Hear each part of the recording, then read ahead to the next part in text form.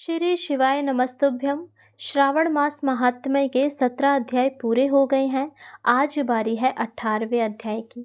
आइए सुनते हैं आज की कथा। कैलाश पर्वत पर भगवान शिव विराजमान थे।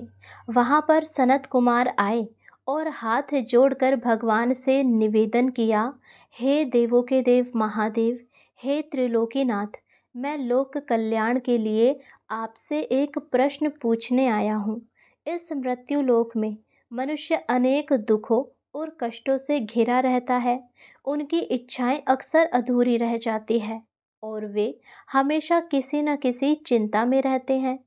कृपा करके मुझे कोई ऐसा पवित्र व्रत या उपाय बताएं जो इस घोर कलयुग में भी मनुष्य के सभी दुखों को हर ले और उसकी सभी सच्ची मनोकामनाओं को पूर्ण कर दे। ऐसा कौन सा व्रत है जिसके प्रभाव से व्यक्ति को आरोग्य, धन, संतान और अंत में मोक्ष की प्राप्ति हो सके। ये सुनकर भगवान शिव मंद मंद मुस्कुराते हैं और कहते हैं, हे सनत कुमार, तुमने अत्यंत उत्तम प्रश्न पूछा है जो सभी जीवों के कल्याण के लिए है। सुनो, श्रावण मास में एक ऐसा परम पवित्र व्रत आता है जिसे आशा दशमी व्रत कहते हैं। यह व्रत सभी मनोकामनाओं को पूर्ण करने वाला और सभी संकटों को हरने वाला है।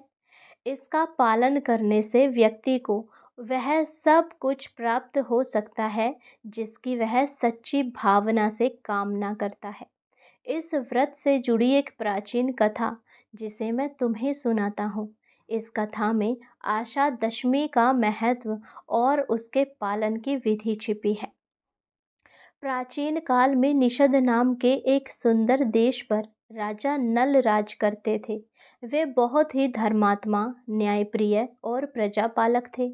उनकी पत्नी का नाम दमयंती था, जो रूप में लक्ष्मी के समान और गुणों में साक्षात सती थी।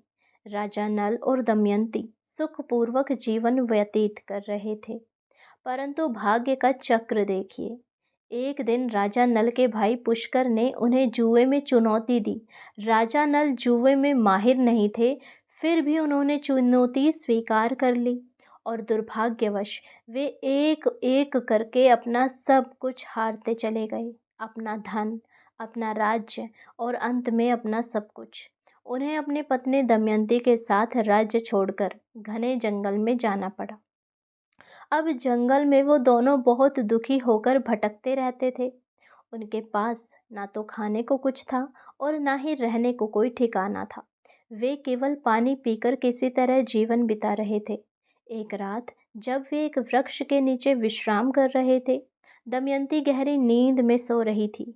राजा नल ने सोचा, मैं अभागा हूँ, मेरे साथ रहकर दमयंती भी दुख भोग रही है, शायद मेरे बिना यह अधिक सुखी रहेगी। यह सोचकर राजा नल दमयंती को वहीं छोड़कर अकेले ही कहीं चले गए।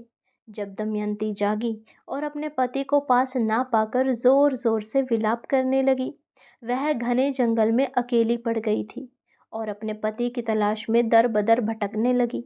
कई दिनों तक भटकने के बाद अनेक कष्ट सहते हुए वह अंततः चेड़ी देश में पहुंची। वहां के लोग उन्हें पहचान नहीं पाए और उन्हें एक पागल या दुखियारी स्त्री समझने लगे। किसी तरह वह अंततः अपने माता पिता के घर विदर्भ देश पहुंची, लेकिन अपने प्रिय पति के बिना वह हमेशा उदास और चिंतित रहती थी। दमयंती का दुख देखकर उनकी माता बहुत चिंतित रहने लगी। एक दिन उन्होंने दमयंती से पूछा, हे पुत्री, तुम्हें किस बात का इतना कष्ट है? क्या कोई ऐसा उपाय नहीं जिससे तुम्हारा दुख दूर हो सके? तब दमयंती ने अपनी सारी व्यथा सुनाई और कहा, मुझे मेरे पति के बिना एक पल भी शांति नहीं मिलती। कृपा कोई ऐसा उपाय बताएं जिससे मुझे मेरे पति वापस मिल जाएं। अब माता ने एक अत्यंत ज्ञानी ब्राह्मण को बुलाया और उनसे दमयंती की समस्या बताई। ब्राह्मण ने सब कुछ दमयंती से कहा। हे राजकुमारी, तुम चिंतित ना हो। श्रावण मास में एक आशा दशमी नाम का परम पवित्र व्रत आता है। यह व्रत सभी मनोकामनाओं को पूर्ण करने वाला है।